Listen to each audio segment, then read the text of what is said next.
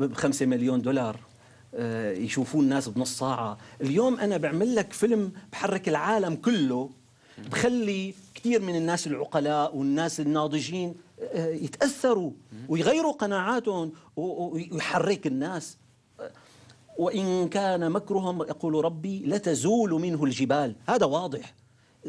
وأنا ما كنت أصدق هذا لولا أني قعدت مع شباب أولاد البلد عم يدرسوا في الجامعات عشرينات، حتما كانوا سليمين من أي عقد، متأثرين سواء يعني صفحات التواصل، سواء بالفضائيات، سواء ربما إذا كان في أدوات تانية عم يكون في تأثير عليها.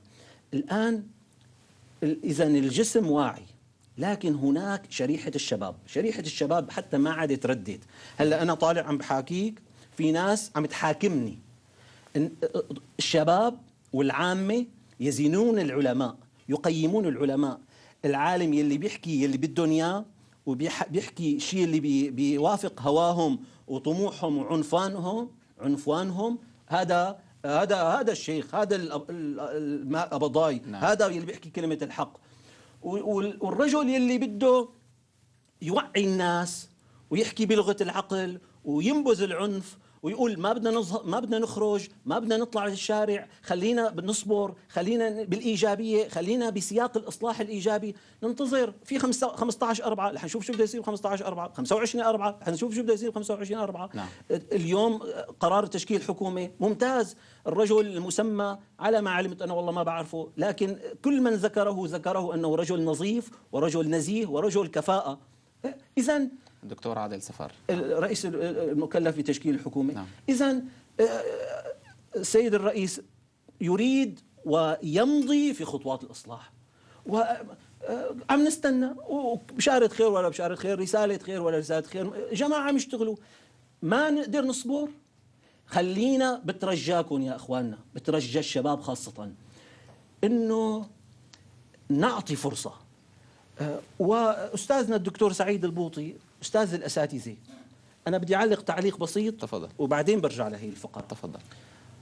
كثير من العامة يتطاولون على العلماء، وخاصة العلماء الأتقياء الناضجين كأستاذنا الدكتور سعيد، لأنه ما تكلم باللغة التي توافق مزاجه في تلك الساعة.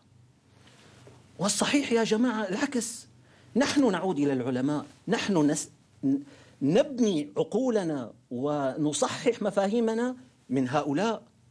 الرجل خارج عن الغرض 100%. الرجل في سياق الآخرة، وهو لا ينتظر لا ثنائي ولا تزكيتي، فضلا عن أن أدافع عنه، أستاذ كبير من كبار علماء الأمة. الآن الرجل لا يبيع دينه بشيء، لو أعطيته الدنيا كلها ما تكلم قناعاته.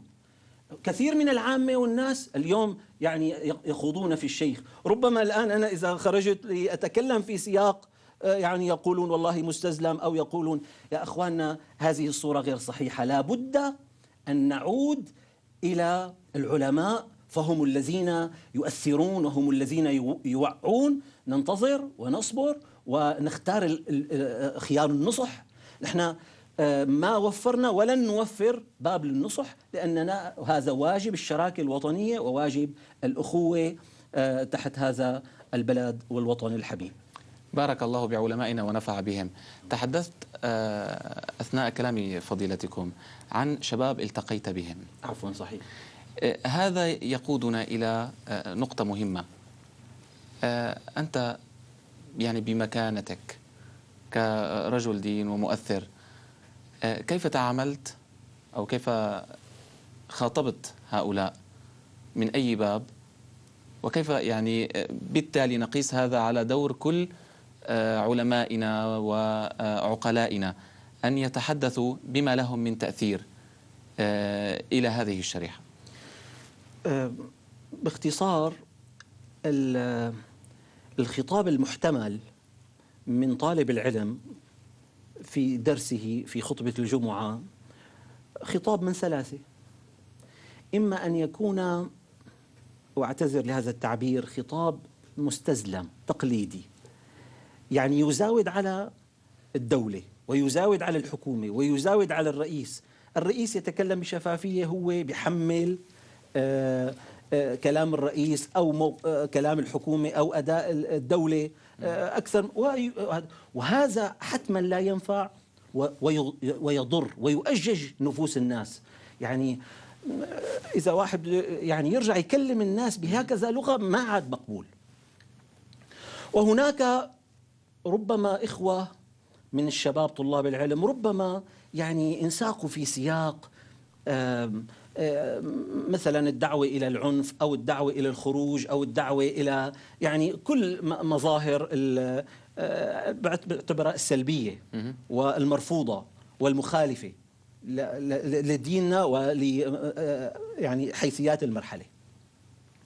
الخطاب لازم يكون خطاب واقعي، لازم تحاكيه وتفكفك له عقده، تحاكي الشاب تقول له انه يا اخي انت شو اللي عندك، شو مشكلتك، شو انت طالع، شو مشكلتك، شو بدك، ويفهم الحياة، يفهم النقاط الإيجابية، نخرجه من سحر وتأثير هذا الإعلام المسيس، نوعيه إلى أخطار الفتنة. الآن الدولة لها هيبة، الرئيس له سلطان، له مكانة، له منزلة، الأمن من أعظم نعم الله تعالى اللي عم نتنعم فيها. أنا أعيش بنعم لا تعد ولا تحصى، ولا شك لا شك الجميع متفق، والرئيس أول من قال هذا أنه أخي في فساد، في أخطاء، في وهناك خطة وهناك برنامج معالجة وهناك. أما أن ننساق مع من لا نعرف وأن ننساق في سياق زعزعة الدولة، أنا أحيي الرئيس على خطابه. بصراحة بعض الناس الآن لا يعجبهم هذا الكلام. أنا معلش تسمح لي دقيقتين أحكي لك شو صار معي. تفضل. أنا جلست يوم الأربعاء على التلفزيون لحتى أسمع الخطاب وأنتظر بصراحة 1 2 3 6 7 8. نعم. وانتهى الخطاب سريعا، ما في 1 2 3، وتأثرت.